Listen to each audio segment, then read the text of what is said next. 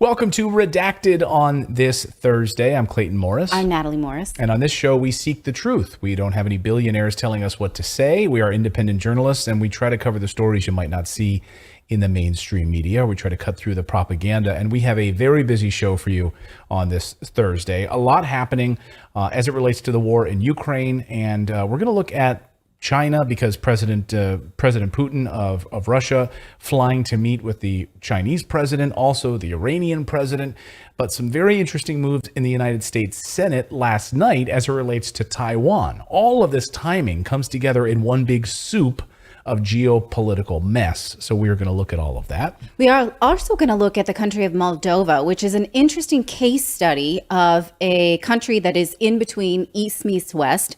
And it's another example about how politicians are telling you, you need to sacrifice, right? It's yours to take on. This absolutely is your burden, and you're not doing enough. Right, for Russian sanctions and economic collapse. And so it's going to be an interesting study to look at. We're also going to look at why is someone or something buying up all of these United States farms? And we're going to tell you not only where the farms are, but we're also going to tell you who's behind this big move, and it's been happening for years, and the Biden administration has nothing to say about it. So we will talk about that. I'll give you a little hint. It rhymes with Schmill Yates. Or Gina. It rhymes with Gina. Okay. Also, a new study from Harvard and other medical schools shows that vaccine booster mandates for college students is unethical because of the trade-off. We're going to break down that ratio and also talk about where in the world countries are paying out claims on serious adverse reactions to the COVID vaccine. So stay tuned for that. Someone said to us the other day, please stay on this story. Please continue to cover this important story around vaccines. And we are. And Redacted starts right now.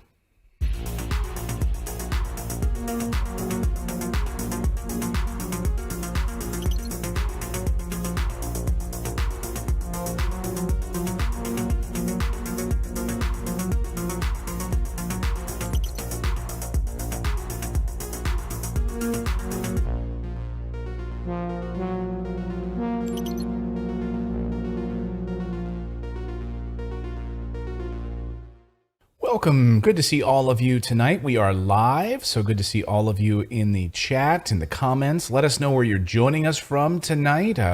We get people from all over the world. I always like to see in their comments, like, where are the people most, like, the furthest? Do we have anybody from Iceland tonight? I'm going to call out Iceland. I've always wanted to go to Iceland, so I want to see Icelanders. Any Icelanders? Okay. I want to go to Reykjavik sometime. I'm reading a thriller about Iceland right now. I also especially am interested in anyone from Moldova. Yes. Because I have questions for you. My research can only take me so far as an English speaker, and I do not speak Romanian, which is what they speak there.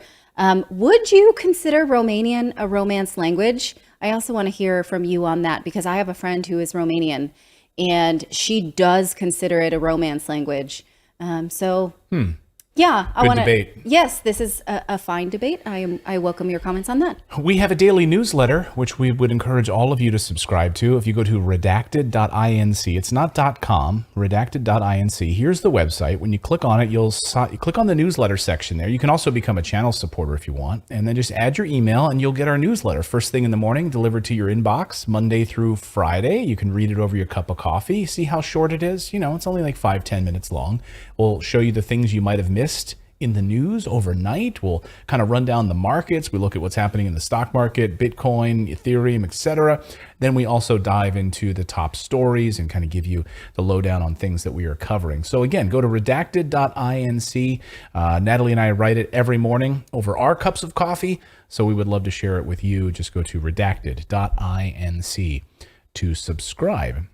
Yes, so thank you so much for subscribing and being a part of our great community here. Philip is in the house running the show. David is not with us tonight. How you doing, my friend? Camping. Oh, that's right.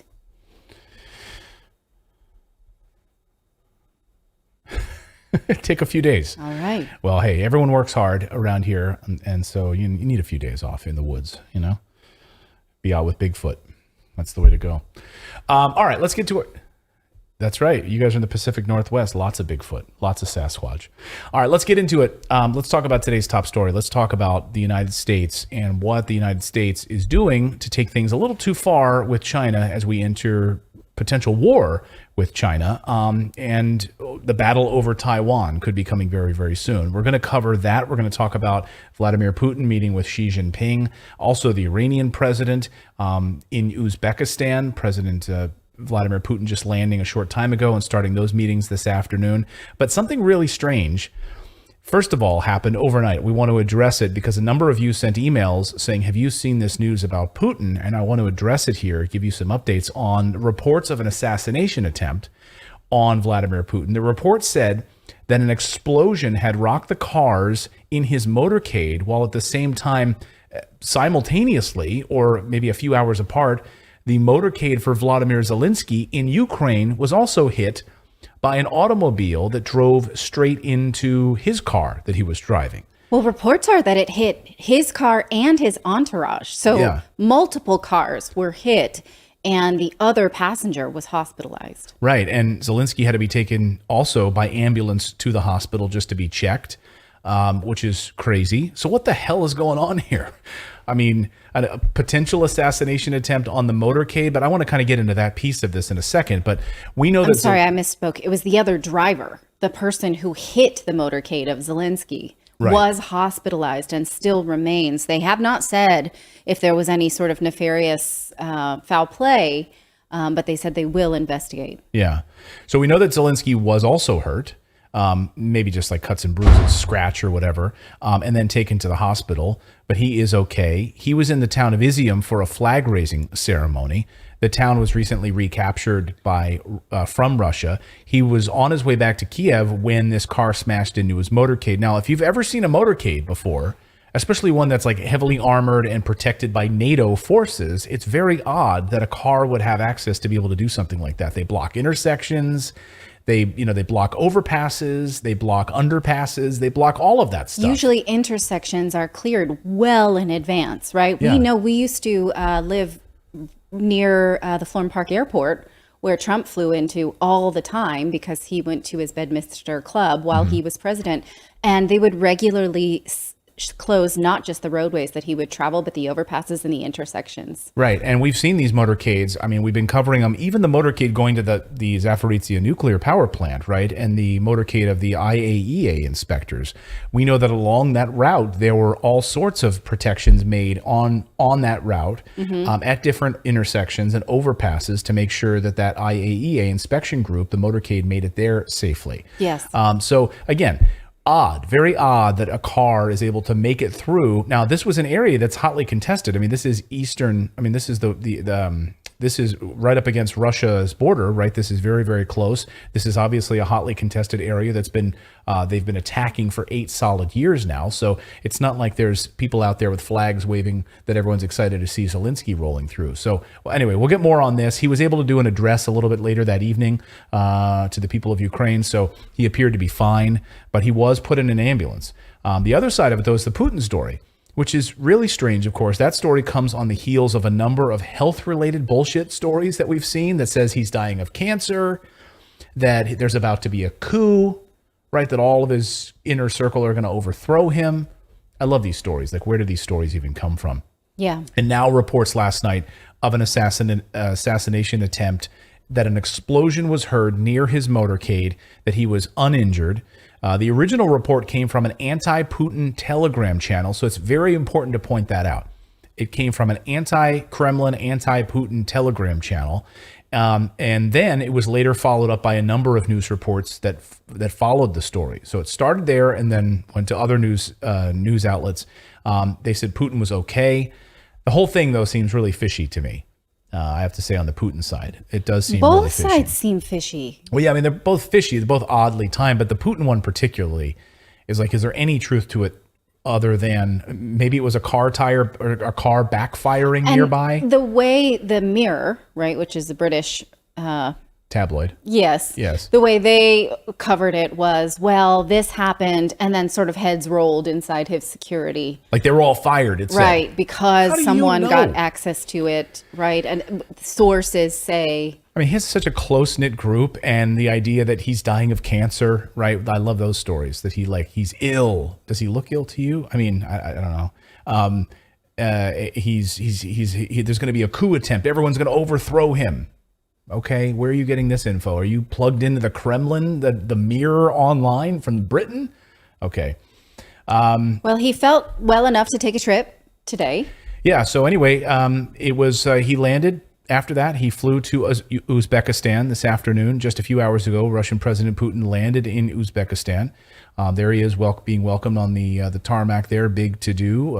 They had a big flat screen television outside welcoming him for this big event.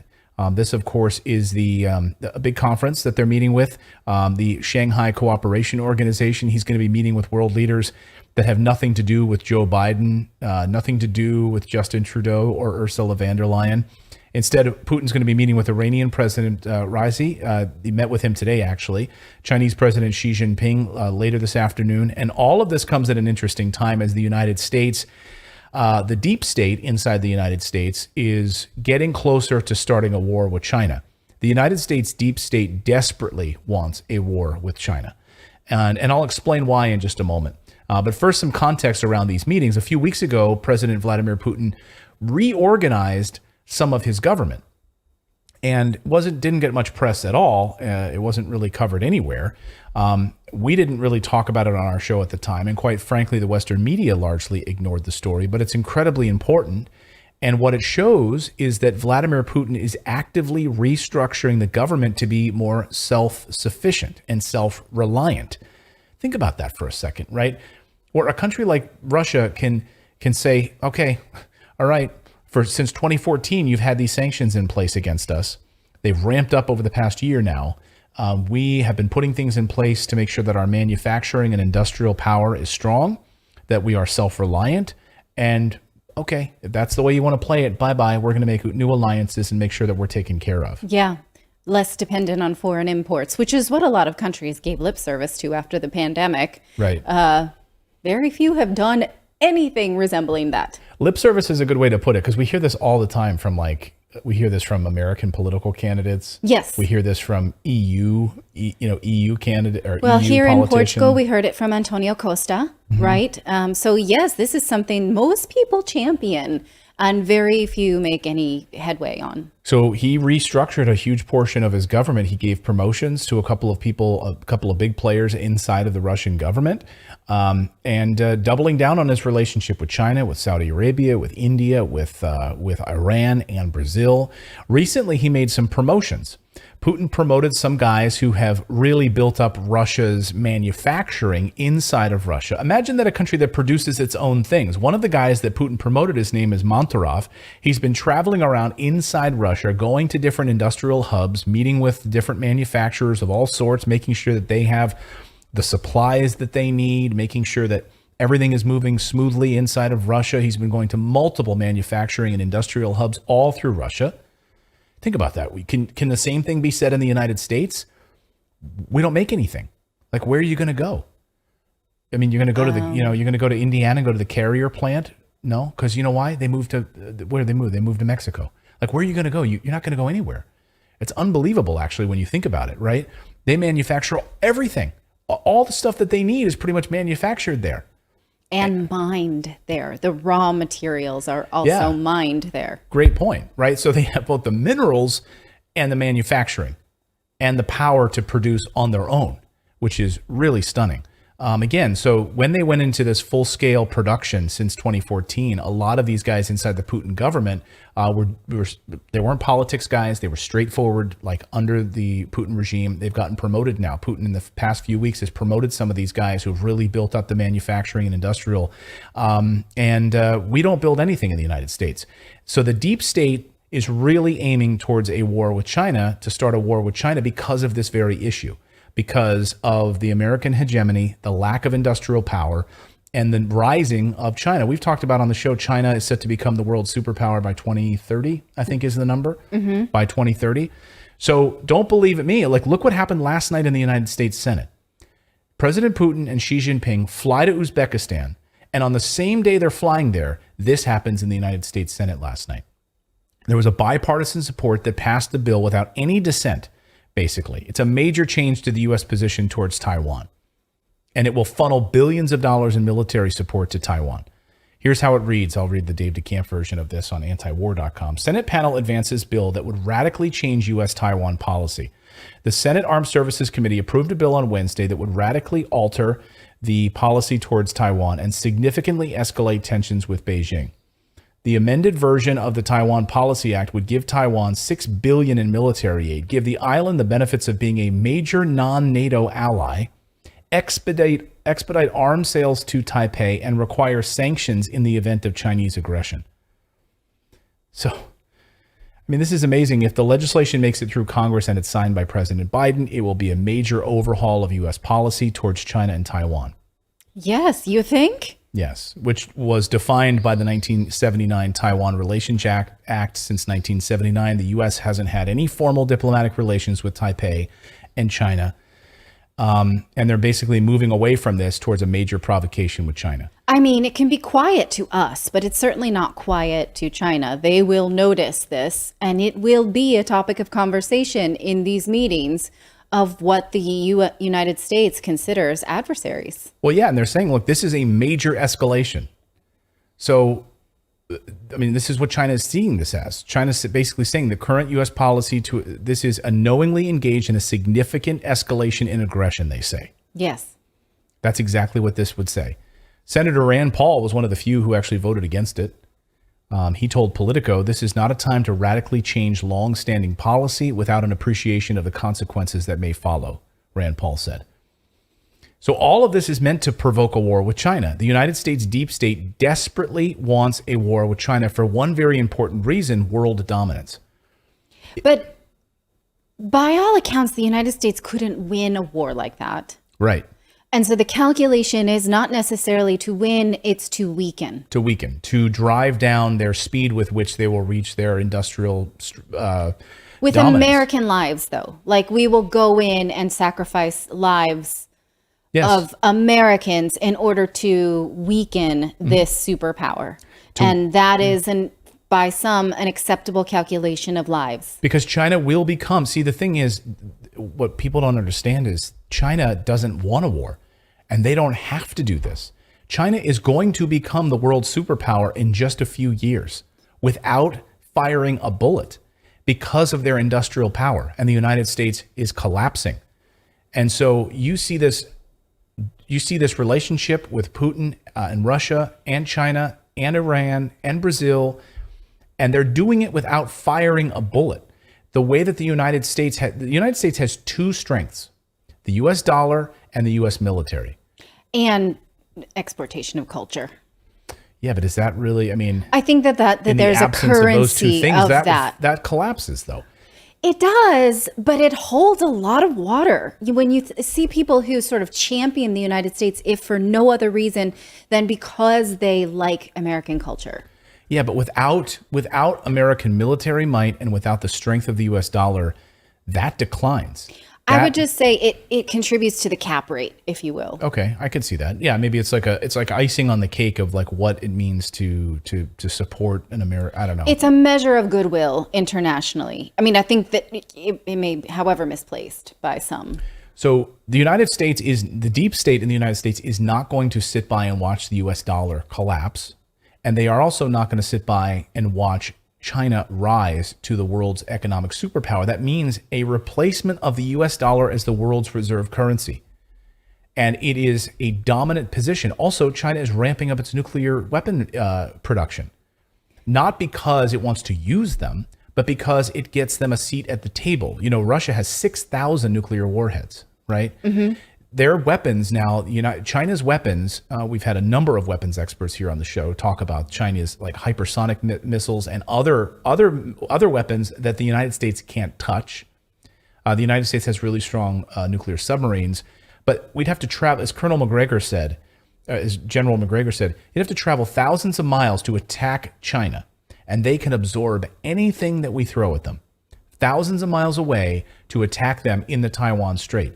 So this is a clear provocation of trying to keep China down, to try to weaken them or slow their move towards dominant superpower. Yeah. So this battle of Taiwan, this coming battle, this coming war, this is where all focus should be. We've said all along that what's going on in Ukraine is just I don't know, it's like the preamble to all of this.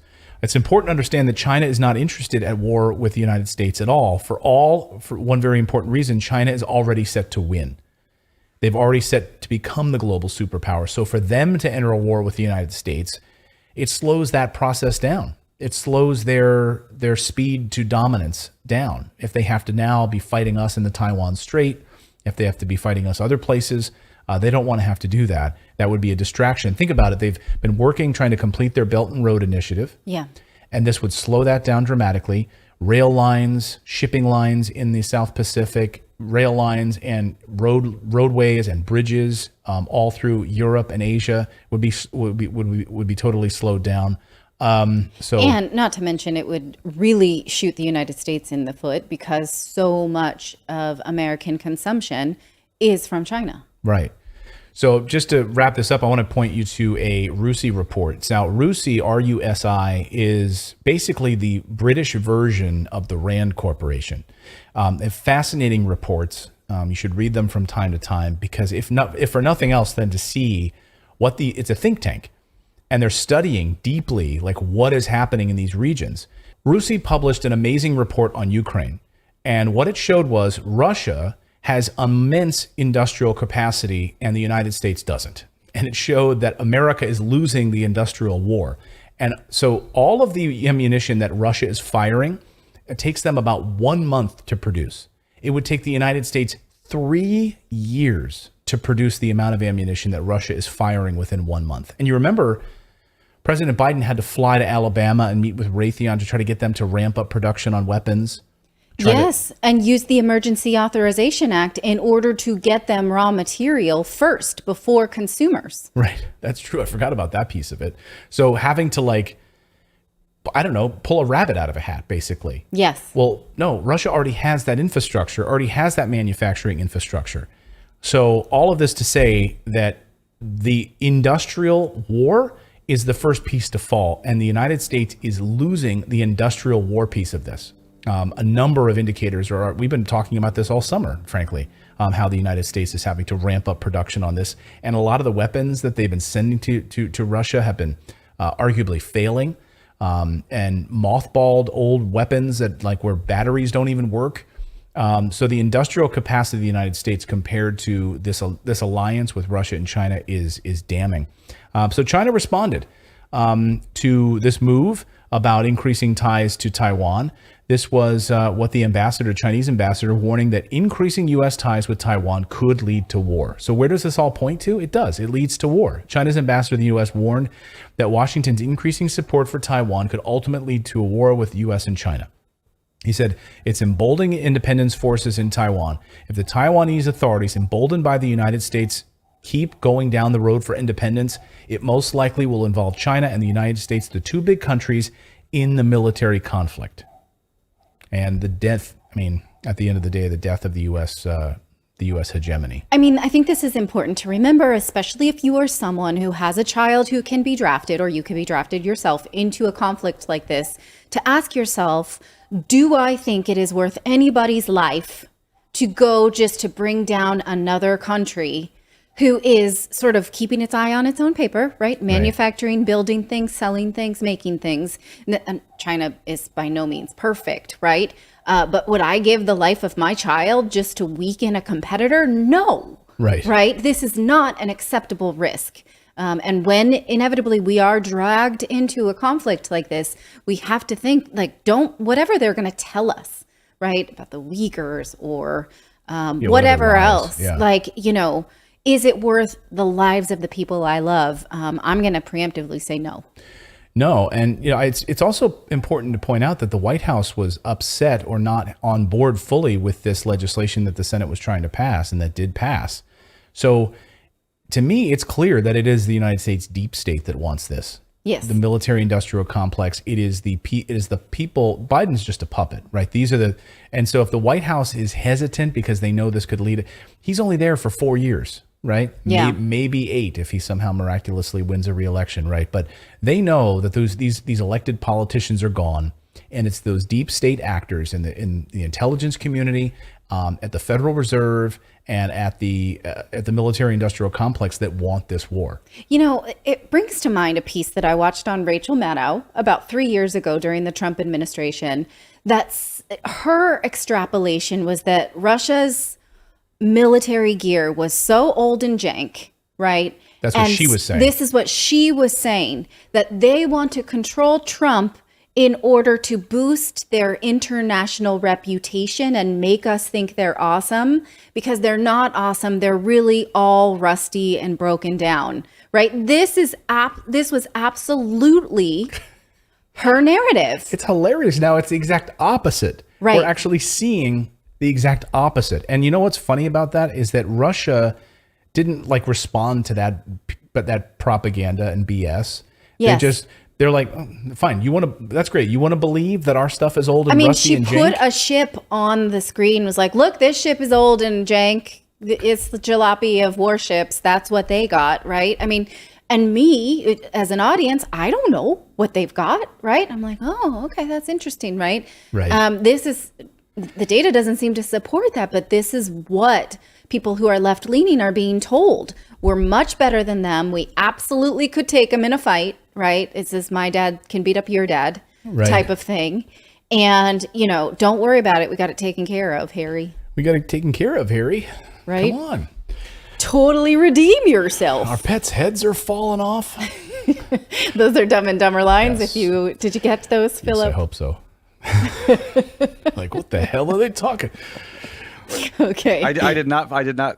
No, sorry. My audio was off. I did not catch that. No. We have such a big international audience that I don't know how many people would know We'll that. catch our little movie quips. Okay. But anyway, I'd love to hear your thoughts about this in the coming war with China. Again, this is not propaganda. We're seeing it in action, folks. So let us know your thoughts on this in the chat below in the comments section. So, and by the way, to be a subscriber, just click the subscribe button and your name will pop right up here on the big screen as you subscribe during the show. So you can become a subscriber and then chat along with us during our live show. We've got more news to get to. We're going to talk about Moldova, which is really a bellwether for collapse economically in Europe, and what that means for the rest of the world, and how it's, what the United States is going through as well. We're also going to look at who in the world is buying up all of the U.S. farmland, and why is the Biden administration not doing anything about it? Is it a national security risk? We'll talk about that. Plus college booster shots. Is it unethical to force college kids to get booster shots when they go back? All of that and more. But first.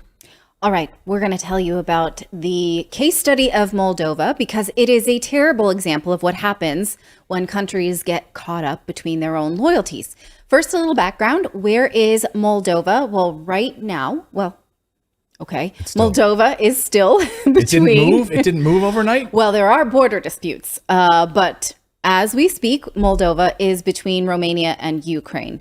Moldova is not in the European Union, but it has a treaty called the Moldova-EU Association Agreement that establishes the political and economic association. So for geopolitical sake, it is tied to the European Union. Therefore, it is suffering just as much as all other European countries, if not worse than its neighbors, due to political actions that are tanking the economy. Now, Moldova was given a fast-track application to the EU in June when it was announced that Ukraine would also get this fast track. So Moldova has a lot to prove to the EU right now. They're really watching them like, okay, we're going to give you this, kind of like, I don't know how sororities and fraternities work, but I get the idea that if someone gives you the opportunity to pledge, they watch to make sure that you're Kappa whatever material, right? This is how it is. They've been pledged. Now they have to go through the hazing. And then what are some of the requirements, right? Some of those requirements then are hey, you want to enforce Russian sanctions. Yes. You have to play by our rules. So these are the pledging activities that are going on right now. Okay, so that's why Moldova has a lot to prove right now. But where does Moldova get most of its gas? Where everyone else gets their gas? Gazprom, you're right. Russia. The Russian state energy company, Gazprom. The country is set to renegotiate debt payments with Gazprom by October 1st. And the prime minister does, in fact, feel that this needs to be done. Europe doesn't want her to, obviously, but she feels like she has to, even as she asks her citizens to sacrifice. So here is Natalia Gavrilita. She says, even if Gazprom continues the deliveries, we still have to reduce consumption. That means you and me, right? How much she's going to be doing, I don't know, but she wants her citizens to, because the prices are very, very high, she said in this interview in Bucharest on Tuesday. She says the soaring prices are an anomaly for the summer, and we don't know how much they will continue to grow during the winter. I have an idea how much they're going to grow during the winter. Like this is, Yes. it's just the summer. It's, because it's so hot out, you really want to heat your homes during the summer. So. Right. We're going to talk about the climate of like summer in the Northern Hemisphere in a minute, because they're assuming we don't know that summer is hot in the Northern Hemisphere. Now the government is shooting for a 15% reduction in energy consumption. How they're doing their part is that in the capital, they've switched from gas to oil heaters. That helps only a little when inflation is currently at 30%. 30%? 30%. Holy shit. Yes. You think your 8% is bad, or was Right. 8% in the US? 30%. Well, which also is probably an insight into how fake the US numbers actually are. As we've said, it's probably Right. double that anyway. But anyway, 30%, holy smokes. But Moldova also has a Russian-controlled area inside their borders called Transnistria. I apologize if I mispronounced that. I've practiced many times today. The way it's spelled is Transnistria. Here's a map of the sliver along the border between Moldova and Ukraine, which is right now controlled by Russian military. Moldova does not officially recognize this as a breakaway state, but they are saying that they're communicating with leaders there. This region does have its own president, its own government. The US, the EU, and NATO, of course, do not recognize it. They say, no, you're Moldova, and knock this off. But they operate independently. Now, the Prime Minister, Gavrilita, that we just talked about, she said she is in talks with leaders in Transnistria because what she says, we want to keep peace and stability in the country. The worry is that Russia will defend that region just like it is defending the eastern borders of Ukraine. They obviously don't want that. They don't feel like they are game for that kind of conflict at all, especially while they're hurting from so much sanctions. Now, how are citizens of Moldova taking all of this political alliance with Europe? That's a question, right? I mean, Protests. They are protesting, just like in the Czech Republic, just like in Austria and many other places. People are protesting. By many accounts, thousands came out this weekend, and there's another planned for September 18th, I believe. I dare you to Google it, because you do not find, at least if you're an English speaker. Now, I don't Google in Romanian. They speak a dialect of Romanian in Moldova, so I can't see that, but it is very hard if you are an English speaker to find evidence of this just using a search engine. well, we saw that in Germany, right? The German protests, that was suppressed in the media. I mean, it was actually blocked on social media accounts. The protests in Berlin and Yes. in Leipzig in Germany, coming out against the EU and against high gas prices. I guess it turns out like if your government artificially does shit that makes it hard for your family to live, you don't like that. And you rise up and you tell them, you don't like that. I don't like having my gas.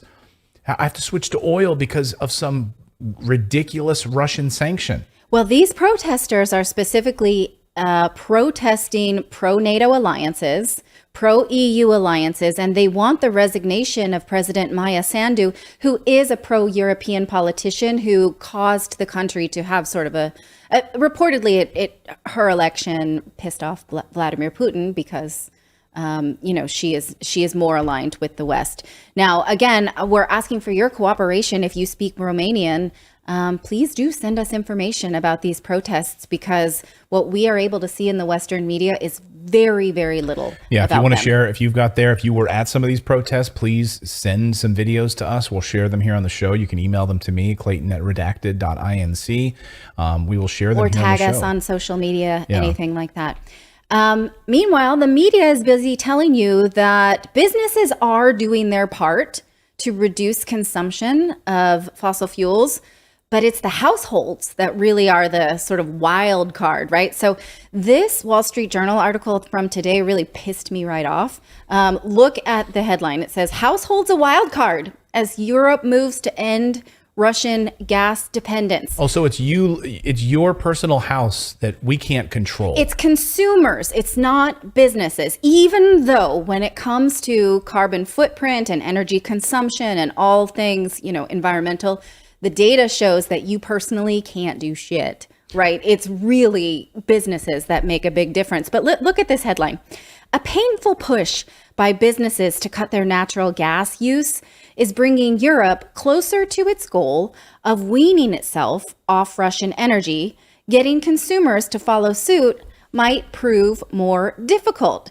Because you know what? They're doing their part, but you just can't because you are a consumptive pig, right? That's what they're telling us.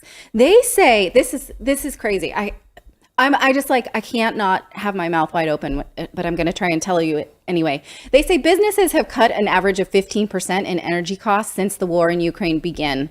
Only well down the article do they admit that the war started at the end of winter. So heating costs naturally will go down since the course of this war, right? Oh, you mean when it's spring? So yes, they assume that you don't know that people don't use heating in the summer of the Northern Hemisphere, right? Like, we're not talking about a war in June in Argentina where it is winter. Like, here in the Northern Hemisphere, we haven't needed heaters since around March, April time, right? So here's what they say. In the first half of this year, total German gas use dropped about 15% annually, according to this association. Last winter's mild weather accounted for nearly half of that reduction, according to this group. Wait, didn't you just tell me, though, that it's businesses that are making such strides? Now you're telling me it's really because the weather's been nice? That's some bullshit. Okay. So basically you're giving props to these businesses and they're not really doing shit. They're not doing anything, but they're saying you're not doing your part. Now, they say in Munich, a similar reduction of 15% during this period is completely due to the temperature difference, said this spokesperson. So it's not like businesses are so pious and making all these big sacrifices and you just can't, get in line. It's just that they didn't need their heaters in the summer. Right. Just like households didn't either. And in Europe, we know that air conditioners are not nearly as common as they are in the West. So even though it was a hot summer, air conditioners don't use gas. They are electric, right? So that wouldn't have factored into this. So sure, yes, we all should absolutely reduce, reuse, recycle. But I'm not buying that it has to be consumers. This article is total propaganda telling you that you're not doing your part because businesses have, when the data does not support this. Well, again, when you look at Wall Street Journal owned by the Murdochs, right? I mean, again, this is why we are independent on this show. Follow the money, follow the agenda of the publications and the news media. This is, again, they are absolutely a part of the move towards a great reset and and this climate initiative, members of the Murdoch family. So it's not surprising at all that and it's a very pro-business newspaper, of course. Wall Street Journal is like up the ass of businesses. So of course they're going to be kissing don't their buy ass. for 1 second that businesses are doing their part, but you're not. Like, even if we go back to this article, this Wall Street Journal, there's a picture here of a baker. Are they telling us that he's baking fewer rolls in order to help the war efforts? I don't understand. Or he's turning the lights off throughout the afternoon just to conserve because of Putin's price hike. Like, I don't know. And maybe, and so they want grandma to sit under blankets at home. Like your German grandma has to sit under blankets at home and turn down the heat. And if she even has heat, because they're not going to have gas even turned on. And if she's able to even find firewood, like, where the hell are you going to get that at this point? It's her fault. It's grandma's fault. And the narrative that bothers me so much, I think it might not have if we had not just been through a pandemic where only individuals sacrificed to get us to the same goal where, had we not made these sacrifices, we probably would be in the same spot in the pandemic. Like Target and Walmart. It wasn't sacrificing, it was record profits. But we were sacrificing on cheap energy now. We're saying we must sacrifice on cheap energy. That hurts the elderly and the poor first, right? But we were told that we had to sacrifice our entire lives to help the elderly and the sick for 2 years. Right. But now we don't have to do that. We shouldn't, the government won't front us on this one to keep our economies going in order to protect this population that we all just sacrificed for 2 years to protect. So I'm calling extreme bull crap on this narrative. And apparently many others are too, and they are protesting. I'm going to find myself a protest to go to. Well, this isn't just Europe. California is the same thing. We're seeing this across the United States, right? Where you're being told, okay, we don't plug in your car in California. Don't plug in your car because we're facing these blackouts because of our electricity. We cannot afford it. We can't do it right now. Please don't plug in your car. And also don't drive a car. Don't buy gasoline. Don't own a car. Don't own a car. Don't buy a car. Don't plug in the electric car that we told you to buy. Don't do that either. And then on top of that, grocery prices skyrocketing. Again, we're seeing the consumer price index come out overnight, up to 8.3%. So again, you just thought, prices are going to start to go down. No, sorry. Up higher. The value of a dollar going down, down, down. Well, at this point, it looks like at least in the United States, there will be a rail strike that was averted because the Labor Department seems to have negotiated with the unions and come to some type of agreement. We don't have that firmed up at this point, but if there had been a rail strike, those inflation numbers would be much, much worse. And it would have been a bloodbath for Democrats. They really didn't want this going into the election. Yeah. So the White House this afternoon was quick to come out and say, hey, that's great news. We've averted this catastrophe. But again, to your point, they haven't written it down yet. We don't have an actual firmed up plan. But 57,000 railroad conductors are going to at least remain on the job. And that means the transportation of goods across the United States will not drive numbers crazy. So good news on that front. Well, for me, it's funny because I look at this and I'm like, do you want a global revolution? Because this is how you get a global revolution. Yeah. And you actually, I saw an article, I think a couple weeks ago, roundabout, where billionaires actually know this is coming. They know how screwed the people are because of all of these backdoor deals and all of the the corporations doing what they're doing. That billionaires are actually building bunkers and hiring private armies because they know this is coming. They know that that people will fight back. I'm glad you brought this up. In fact, there's a new book that I'm just about to read. It's by Douglas Rushkoff. He is an author. He was a tech writer, and he actually has been invited to speak to these billionaires because he covers he covers big changes in the tech world and how this will affect people. So he was invited out to speak to this group of billionaires who are actively building bunkers, and they know. And he went out there to give this speech. He thought it was going to be a speech in front of 1,000 people, and it was 5 people. It was 5 billionaires. They're like, here's your speech. They flew him out in this desert location, and they went into this room, and they're all actively, they're like, how do we protect ourselves? What happens when the dollar collapses? How do we pay our group of Navy SEALs that we've hired to protect our staff and our families? They hire Navy SEALs. They hire Special Forces people to protect themselves in these bunkers. Peter Thiel building a bunker in New Zealand, just built, so all of these guys are actively doing this stuff because they know shit's about to hit the fan. Yeah. Crazy. I'll find that name. Rushkoff. Douglas Rushkoff is the author, and he has a new book that I'm going to, actually it's on my list to read, called Survival of the Richest. So it's a new book that I'm about to check out and read. Anyway, we've got more news to get to here on the show. We are going to talk about who's buying up all the U.S. farmland. Really, really troubling story. It's maybe not who you think it is.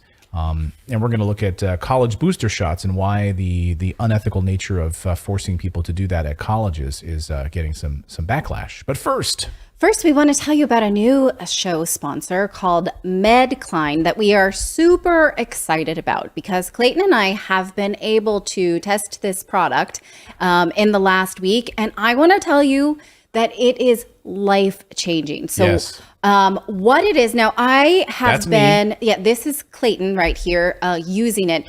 And it is basically a configuration of pillows that elevates you as well as creates space for your arm if you're a side sleeper like me. Now, I had been sort of making a version of this with various shapes and pillows before. And then this thing showed up and I'm like, this is exactly what I do with just, old pillows. I have since I've had 3 pregnancies, and I never have been able to give up the maternity pillow that goes between your knees. It's basically just like a long tube that I put between my knees and I use as a side sleeper. Well, this thing makes that obsolete because it has something that can go around your knees as well as this pillow that elevates you, and you can put something soft for your head and then you put your arm underneath.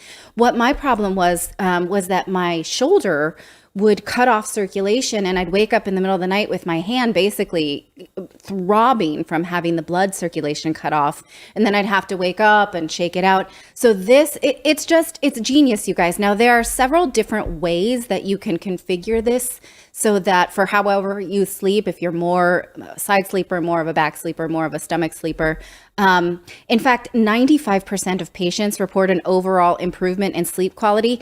I want to say, I gave up drinking about over a year ago, and that improved my sleep from like 1 to 1,000. And this thing has improved my sleep from like 1,000 to 10,000. Well, I suffered from enormous shoulder pain. Like for the past 3 years, it was so painful to wake up with the shoulder problems. And I was telling Philip before the show, like I've tried all manner of pillows. Yeah. I've had if you go to the bedroom, there's like a pile of pillows that failed. So when we got this Medcline last week and I tried it and I spoke to the CEO of the company, I said, I got to tell you, this has been a game changer for me because now I don't have that shoulder pain anymore. It's gone because I'm able to put my arm through that hole and my whole upper body is supported and I don't have that neck pain and the shoulder pain anymore. So now, look, we can talk Blue Streak about this, but you have to see for yourself. So if you go to medcline.com/redacted, you can get 20% off, but you also can just see these testimonies, see what the product is. The wedge that sort of lifts you at an incline, it's a lot like what we do for babies, right? To help with stomach acid reflux. It can help you too. It's not just, it's not just babies that need that. They're just any sleep problem you've got, this thing will help. It's actually a medical device, not just a sleep device.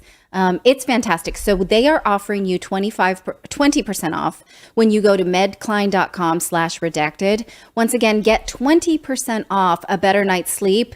I mean, I would pay more than a premium for that. I'm telling you, medcline.com/redacted, and I will stop gushing now, but yes, I'm going to sleep awesome tonight. You should too. Try it. I'm telling you what, my sister messaged me. She's like, what is that? I got to get one. I got to get one. So we sent her the code. We sent her the 20% redacted code. So go and get it and try it yourself. And for anybody who hasn't bought it yet, they'll be getting this for Christmas. Yes, that's right. Yeah, my whole family's going to get one for Christmas. All right. All right. We've got more news to get to here. Please subscribe to the channel if you are new here. We are supported by our show sponsors. So thank you so much for supporting them. We are independent. So thank you for your support of the folks that support our show. We really appreciate it. All right. Let's talk about what is happening in the United States with farmland. For years, something really strange has been happening around the United States and Canada. Chances are that when you drive to work tomorrow, or when you drive home from work today, you're going to be driving through your town, and chances are you're going to be driving past hundreds of acres of farmland that are owned by the Chinese Communist government. And you might not even know about it, have any idea about it. In fact, according to the U.S. Department of Agriculture, China now owns over 191,000 acres of U.S. lands. But that was before a North Dakota land sale that just occurred in the spring. Now China owns even more. Of course, we talked about Bill Gates here on the show, right? Buying up North Dakota farmland. The Chinese government just bought 300 acres in North Dakota, and they plan to open a milling plant there. What in the world is happening? But what's interesting is that this isn't just farmland in the middle of nowhere. In fact, the farmland that the Chinese government happens to be buying sits next to or adjacent to U.S. military bases. Let me repeat that. The farmland that the Chinese Communist government is buying is being bought near U.S. military bases. Okay. But what's interesting is it's not just in the middle of nowhere. I mean, it's specifically targeting certain areas where they're building, in fact, super secret drones and all sorts of other things. Here's how the agriculture department played this story when this first broke in North Dakota. Watch this. 3 Republican senators are calling for a review of a Chinese manufacturer's purchase of farmland near Grand Forks, North Dakota. Phu Fen Group bought roughly 370 acres of land near the Grand Forks Air Force Base. Senators Kevin Cramer and John Hoeven of North Dakota and Marco Rubio of Florida sending a letter to Biden administration officials wanting the Committee on Foreign Investment in the U.S. to review the deal. Now, they're concerned the company's operations could have national security implications due to being located 12 miles from the Air Force Base. In November of last year, Grand Forks announced the company had selected the city as a location for its new wet corn mill. Now, the COO for the company's American subsidiary tells the Grand Forks Herald his company is not an espionage threat and is not owned by the Chinese government. Oh, okay. But that's just one situation. That's just one example of all of this. White House National Security Director John Kirby yesterday was pressed on this issue. Reporters, by the way, this reporter had sent this information to the White House weeks ago and was like demanding answers to be able to write about this. Like, what's the White House response? What's the National Security Department's response on this? Anything? Please let us know. So finally, John Kirby gets up there and he's taking questions, and this reporter managed to get some answers about why China is buying up farmland near U.S. military installations. Listen to him dodge this question. Given the fact that known adversary, in the case China, foreign buyers are buying up U.S. real estate, in some cases farms around military installations, is this on the administration's radar, and what is being done perhaps to study this or to protect Americans from making sure that homes remain affordable and so on? I think the question of home ownership is a little bit out of my swim lane, but national security issue, particularly when it comes to around military installations. What I will tell you is that the president has been nothing but clear about our concerns about Chinese unfair trade practices and economic practices.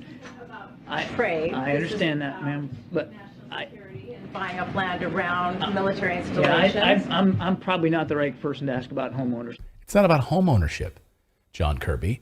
It's about buying farmland that you're going to be building, manufacturing, milling, and adjacent to national military installations. Isn't foreign investment something we should ask the State Department about? You would think. You would think we'd ask about this, but he's like, it's about home ownership. China's not building homes there. They're not building like residential homes. They're building like China's moving in next door. Like, China's moving in. It's fine. It's part of a new wacky CBS sitcom called China Moved In Next Door. But the U.S. State Department is perfectly comfortable warning other countries against Chinese investment.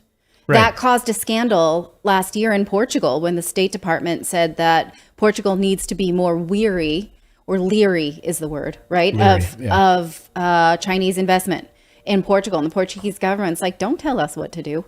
So they're super comfortable lecturing other countries to keep an eye on this, but won't do it for themselves. Let's listen to the rest of this, shall we?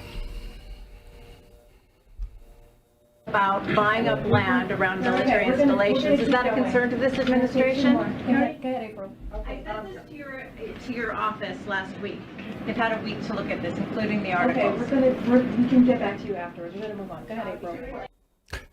So he leans over literally to Karine Jean-Pierre, and he's like, you got to get me out of this. He's like, wait, can you tell her to shut up, please? Like, she asked a question, I can't answer it, so can you? And he's just like, not going to answer your question. I'm just going to keep looking at you like this. I told you, I don't know about home ownership. I don't know about mortgages and homes. I'm just going to keep looking at you like this because I'm got my condescending smirk on. That is condescending. So China, according to an investigation, according to a number of reports, buyers from the People's Republic of China purchased $6.1 billion in the United States real estate market in 2021. In 2021, the most of any foreign buyer.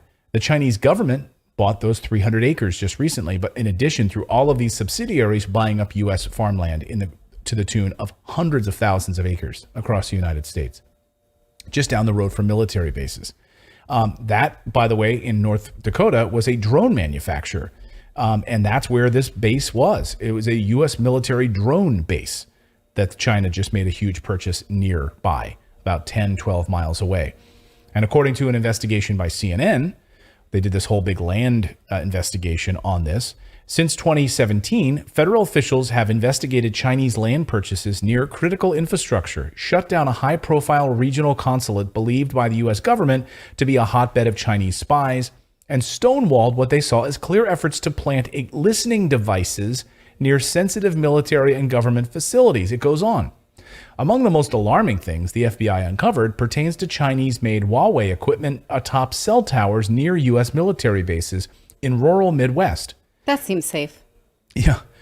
According to multiple sources familiar with the matter, the FBI determined the equipment was capable of capturing and disrupting highly restricted Defense Department communications at these bases, including those used by U.S. Strategic Command, the ones that fire missiles, which oversees the country's nuclear weapons.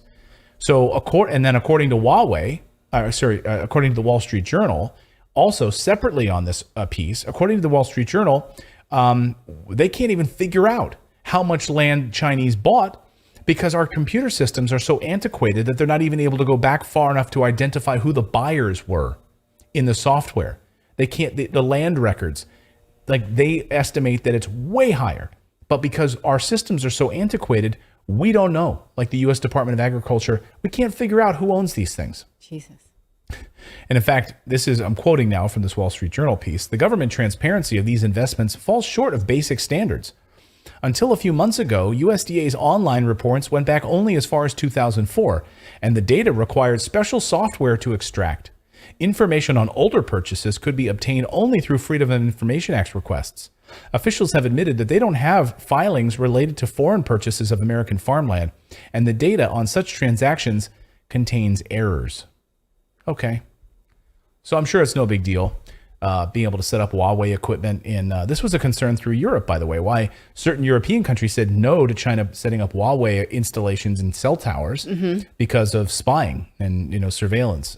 So the United States is actively allowing the Chinese government to buy up farmland in and around. Why are they doing this, by the way? Why are they just allowing this to happen? And why is it going under the radar? Right. And, oh, by the way, we're not going to answer your questions, the Biden administration. We're not going to do this. We're not going to answer your questions. Move along, little lady. I don't have any answers for you. Really disturbing. And really condescending, too, by the way. Yes. I don't know. Keep your eyes on that space. Anyway, we've got more news to get to here on the show. We're going to talk about these college boosters and what's happening there, why this is, they're saying this is unethical at best. But first, I want to tell you about our friends over at Nugenics. Look, if you're getting a little bit older and you're getting kind of the dad bod, feeling a little less like your old self, you don't have time to work out, but you wanted the energy of the body that you once had, well, that's where Nugenics comes in.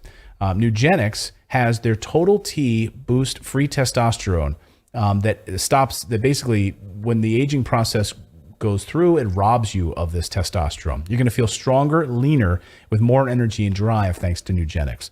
And you'll have more passion too. Your partner will notice the difference. Well, every product professes quality. Many other products use generic ingredients that are often far less than clinical grade. So with Nugenics Total T, you get the same clinical potency levels used in the trials. And Nugenics formulation is backed by 10 years of research. So if you want more energy to counter the negative effects of aging, Nugenics Total T Testosterone Booster with Testofen will help you turn back the clock and re-energize your workouts. You get better results at the gym and help you look and feel like the man you really want to be. Nugenics Total T can help you re-energize your life and get back to the powerful, confident, good-looking warrior that you used to be. Like your college days. Feel like that? You're going to get it. That's why it's the #1 selling testosterone booster at GNC. So now, to get a complimentary bottle of Nugenics Total T when you text the word redacted to 231-231. Just pick up your phone and text the word, when you text redacted to 231-231. You'll get a bottle of Nugenix Thermo, their most powerful fat incinerator ever, with key ingredients to help get you back into shape fast. Absolutely free. Text the word redacted to 231-231. Again, that's text redacted to 231-231. Messages and data rates may apply. Terms apply. Available at nugenix.com/terms. So our thanks to Nugenix. All right. Well, a new study asserts that COVID boosters for college students is an unethical risk. Now, what does that mean? It means that it is not ethical to force them to take a booster or else risk disenrollment, which is currently the policy at many American colleges. In fact, they still have a vaccine requirement for students and staff, that many require a current booster as well. That means if you had to have full COVID vaccination as well as a recent booster. It can't have been last year or they kick you out of class. Researchers at Research One universities conducted this study. Here is a list of the professors that worked on this. So if you look closely, you see they are from, University of Oxford, University of Toronto, Harvard, University of Edinburgh, University of Washington, UC San Francisco, Johns Hopkins, right? Florida Department of Health and Sierra Nevada Memorial Hospital. What these researchers did was they analyzed how many college-age students will be hospitalized from COVID without these boosters or the full vaccination versus how many will be injured by the vaccine. Now, we have established, because Pfizer told us that there are such thing as adverse reactions. They call them SAE, serious adverse events, right, or effects. We do know that the population more prone to myocarditis is boys in their teens or just after. So basically college age. So right in this wheelhouse. Yes. Yeah. So given this population, given that they are more prone to adverse reactions, but less prone to hospitalization due to COVID, what is the ratio? It's actually very shocking. Look at the study, what the study says itself. It says, using CDC and sponsor reported adverse events data, we find that booster mandates may cause a net expected harm per COVID-19 hospitalization prevented in previously uninfected young adults. We anticipate 18 to 98 serious adverse events, including 1.7 to 3.0 booster-associated myocarditis cases in males, and 1,373 to 3,234 cases of grade 3 or above reactogenicity, which interferes with daily activities. So that's basically other adverse events. Given the high prevalence of post-infection immunity, this risk-benefit profile is even less favorable. That means if you've had COVID, right, and you have immunity from natural infection, it's an even worse sort of ratio. So it means that people, again, So wait, let me understand that. If you take the if you've had it COVID before, you have natural immunity and you take the booster, it's actually more problematic. Right. So what they're saying here is that for every one hospitalization prevented, there will be 18 to 98 serious adverse effects. Wow. That is an extremely unfavorable ratio, right? Yeah. For every one person who does not get hospitalized, then, and again, like the resulting death ratio in college students is even lower, right? Then 18 to 98 will be harmed, right? This paper is not yet peer-reviewed, but it takes the data directly from Pfizer's own published SAEs, the serious adverse events that we effects, from their own clinical trials, which we have gone over on this show many times. And again, they say that they calculated 19 to 98 SAEs based on a university population of 30,000 students. Wow. So again, of those, only one has the risk of hospitalization, yet far more have a risk of SAE. So they extrapolate that those things, that this is unethical because of these 5 reasons. 1, no formal risk benefit assessment exists for this age group. They're trying to do that right now. Like, hey, let's do a risk benefit assessment. No one's bothered to do that until now. That is curious, don't you think? 2, vaccine mandates may result in a net expected harm to individual young people. 3, mandates are not proportionate. 4, U.S. mandates violate the reciprocity principle because rare, serious vaccine-related harms will not be reliably compensated. I want to talk about that in a second. And 5, they think mandates create wider social harm.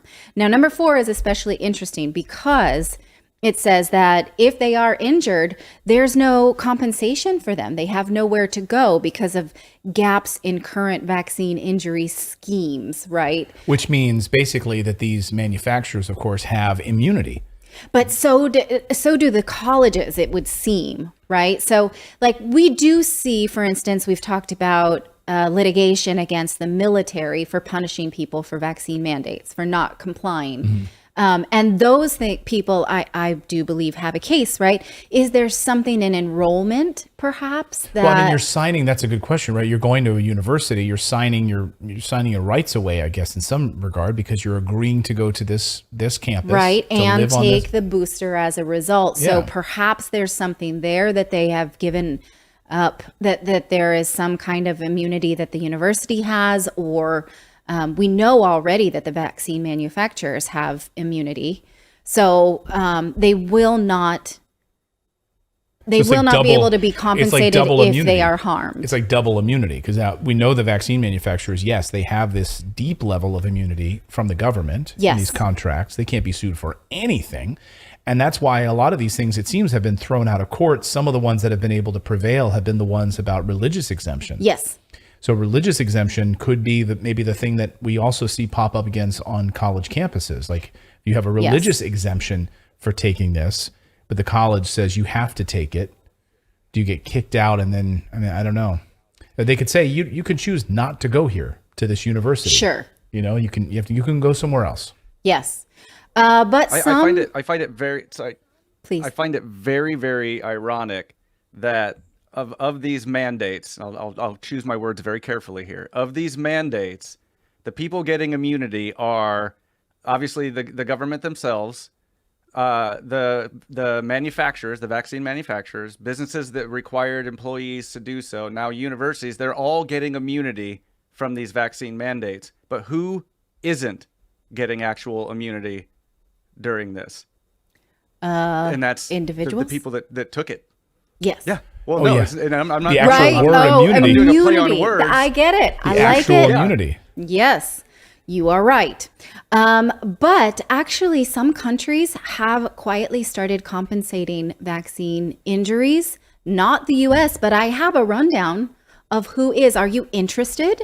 Yes. Okay. These are people, say this again, these are people So these are certain countries have already begun to compensate individuals for injuries for these SAEs due to mandates. Wow. So, okay, first off, in July, the Japanese government awarded a lump sum payment to the family of a woman who died from allergic response to the vaccine. A Ministry of Health panel ruled that a causal relationship, quote, could not be denied in her case because after her vaccine, she had a sudden heart attack. Her family will receive a lump sum worth $325,000. According to the Japan Times, 3,680 people have applied for compensation. 820 have been approved and 62 denied, with decisions on 16 being postponed. Wow. In Taiwan, moving on, the National Vaccine Injury Compensation Program held a meeting to review 65 cases of SAEs. They awarded compensation to 10 claimants, including a lump sum worth $116,000 to the family of someone who died after receiving the AstraZeneca vaccine. In June, the UK began paying vaccine injury compensation. Victims there are eligible for $150,000. And as of May, 1,681 claims had been filed. Wow. The first one paid out was in June for a 48-year-old man named Zion, who died 8 days after his AstraZeneca dosage. His partner, that I told you about already. In Canada, the government has not given out a dollar amount yet, but they do report how many claims they are currently processing. They reported, now this is just of this summer, they reported 774 claims received. They have only approved 8 so far, but this is updated yearly. The last one was in June, and they say they will update the report again in March.